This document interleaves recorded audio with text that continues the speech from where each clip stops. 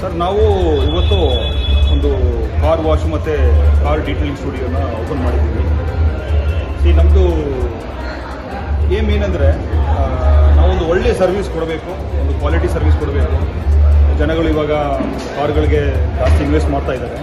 ಆ ಇನ್ವೆಸ್ಟ್ ಮಾಡಿದ್ಮೇಲೆ ಅದನ್ನು ಯಾವ ಥರ ಮೇಂಟೈನ್ ಮಾಡಬೇಕು, ಆ ಮೇಂಟೈನ್ ಯಾವ ಪ್ರೊಸೆಸಲ್ಲಿ ಮಾಡಬೇಕು, ಯಾವ ಪ್ರಾಡಕ್ಟ್ ಯೂಸ್ ಮಾಡಬೇಕು ಅಂತ ಒಳ್ಳೆ ರೀತಿಯಲ್ಲಿ ನಾವು ಹೇಳ್ಕೊಟ್ಟು ಇದನ್ನು ಒಂದು ಸರ್ವಿಸ್ ಮಾಡೋಕ್ಕೆ ಸ್ಟಾರ್ಟ್ ಮಾಡಿದ್ದೀವಿ.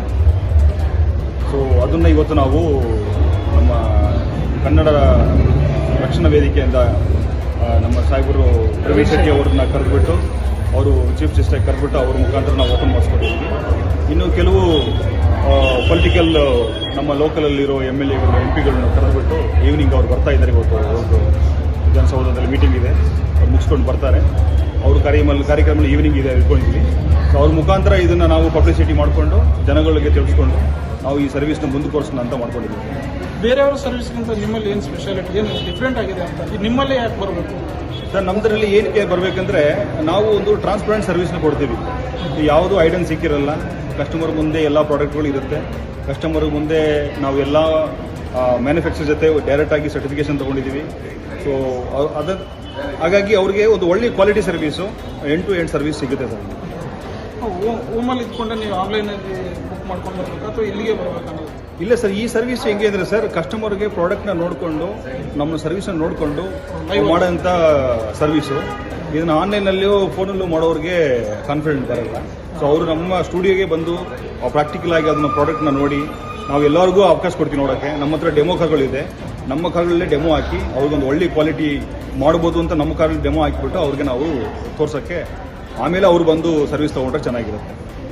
ಸರ್, ಪಬ್ಲಿಸಿಟಿಗೆ ಯಾವ ಥರ ಪ್ಲ್ಯಾನ್ ಮಾಡಿದ್ದೀವಿ ಸರ್? ಇದು ನಾವು ಪಬ್ಲಿಸಿಟಿಗೆ ಫೇಸ್ಬುಕ್ ಮುಖಾಂತರ, ಇನ್ಸ್ಟಾಗ್ರಾಮ್ ಮುಖಾಂತರ, ಪ್ಯಾಂಪ್ಲೆಟ್ಸ್ ಮುಖಾಂತರ, ನ್ಯೂಸ್ ಪೇಪರ್ ಮುಖಾಂತರ ಎಲ್ಲ ನಾವು ಪಬ್ಲಿಸಿಟಿ ಮಾಡಿದ್ದೀವಿ.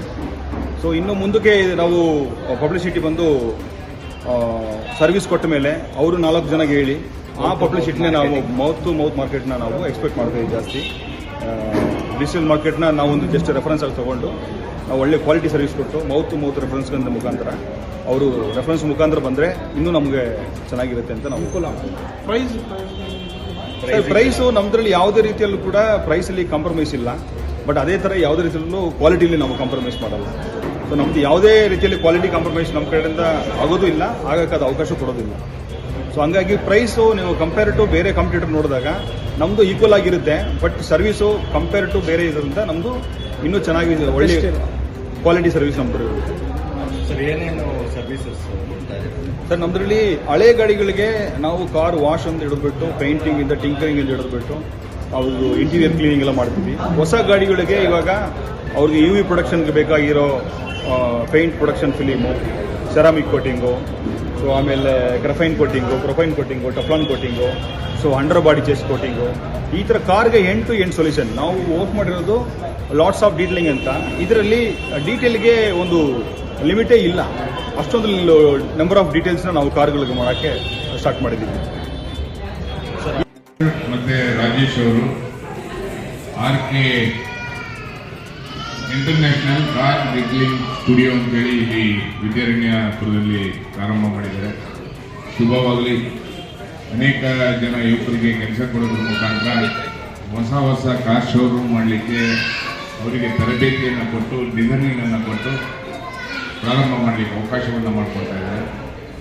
ತಾಯಿ ಭುವನೇಶ್ವರಿ ಒಳ್ಳೇದು ಮಾಡಿ, ನಮ್ಮನ್ನೆಲ್ಲ ಇಲ್ಲಿ ಕರೆಸಿ ಉದ್ಘಾಟನೆ ಮಾಡಿಸಿ ದೇವರ ಆಶೀರ್ವಾದ ಪಡೆಯಲಿಕ್ಕೆ ಅವಕಾಶ ಮಾಡಿದ್ದಾರೆ. ತಾಯಿ ಭುವನೇಶ್ವರಿ ಒಳ್ಳೇದು ಮಾಡಿ. ಶುಭ.